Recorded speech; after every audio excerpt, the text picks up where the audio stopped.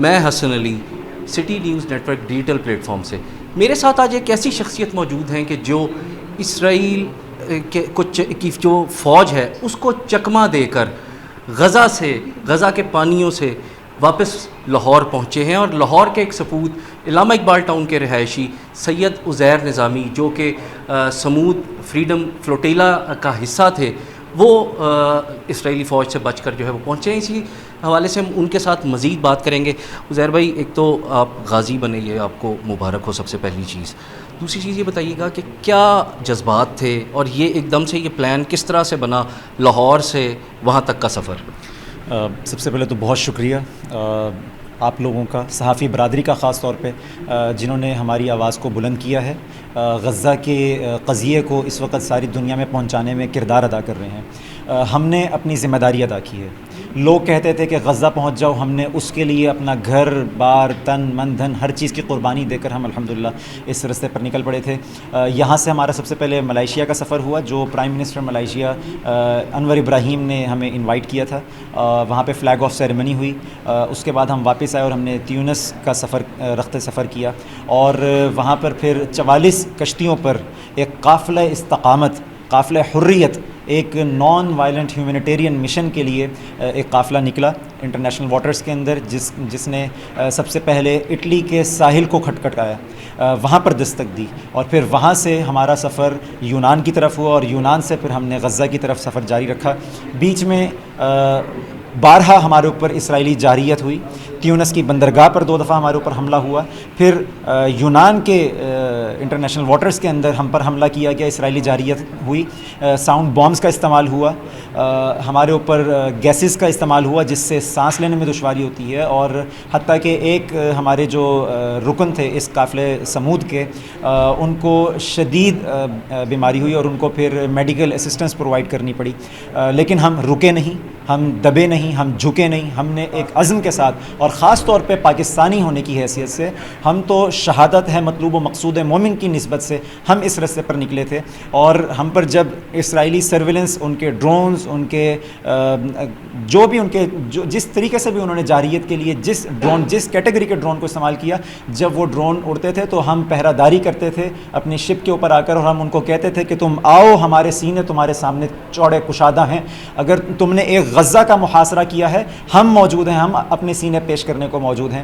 اور اس کے بعد پھر ساری دنیا نے مشاہدہ کیا کہ غزہ کے پانیوں سے، انٹرنیشنل واٹر سے اس قافلہ سمود کو اغوا کیا گیا۔ 44 کشتیوں پر مشتمل یہ قافلہ تھا، جس میں سے 43 کشتیوں کو اغوا کیا گیا ہے۔ ان سارے لوگوں کو اشدود کی جو جیل ہے وہاں پر رکھا گیا ہے۔ اس کے بعد ان کو جو صحرائے سینا ہے اس طرف، یعنی جو انہوں نے اپنی جیل وغیرہ بنائی ہوئی ہے، وہاں پر ان کو رکھا ہے۔ اس میں پاکستانی نمائندہ، پاکستان کی شان، پاکستان کا وقار، غزہ کی آواز، سینیٹر مشتاق احمد خان صاحب پاکستان کے واحد جو ہے وہ اس وقت شہری ہیں جو ان کی جیل میں ہیں، اور ہم ان کی بازیابی کے لیے ہر دروازے کو کھٹکا رہے ہیں۔ اچھا عزیر بھائی، آپ نے ابھی کب سے کچھ دیر قبل جب میڈیا ٹاک کی تو اس میں بھی آپ نے ایک ذکر کیا کہ اسرائیلی فوج کے ساتھ وہاں پہ بھارتی جہاز بھی آپ کو نظر آئے، یہ کیا سلسلہ ہے؟ ایک بھارتی جہاز ہم نے اس کی، کیونکہ ظاہر ہے ہم کم از کم جو ان کی رائٹنگ ہے، جو ان کی علامات ہیں، اس کو دیکھ کر تو ہم اندازہ کر سکتے ہیں۔ اس میں ایک بھارتی جہاز کے اوپر، یعنی ایک جہاز کے اوپر باقاعدہ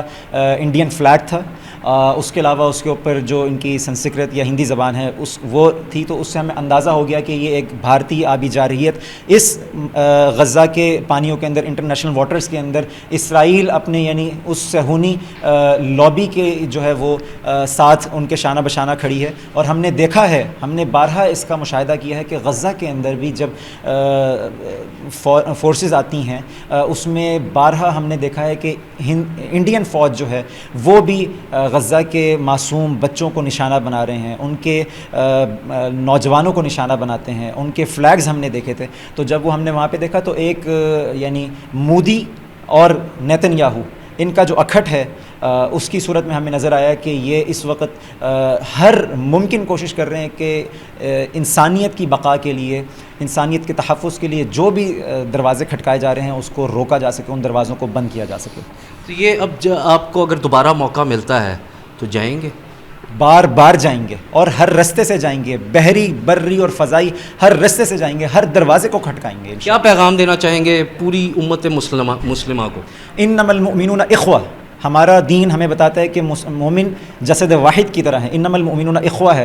رسول اللہ صلی اللہ علیہ وآلہ وسلم نے جس معاشرے کی تخلیق کی اس کے اندر مواخات مدینہ سب سے بڑا ایلیمنٹ ہے کہ ایک دوسرے کا درد سمجھا جائے، وہ کیفیات کو محسوس کیا جائے کہ اگر کسی مسلمان کو تکلیف پہنچ رہی ہے تو وہ احساس تمہارے دل میں ہو، تمہارے دل کے اندر وہ کسک ہو.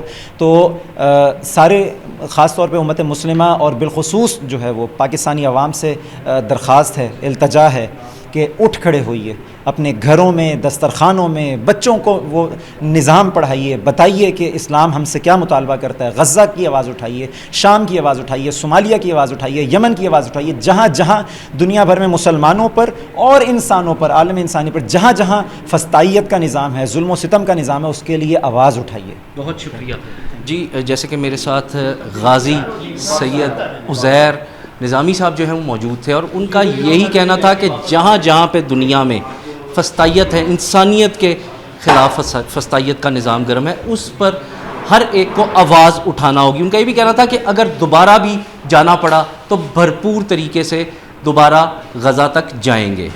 بہت شکریہ، مجھے اجازت دیجیے.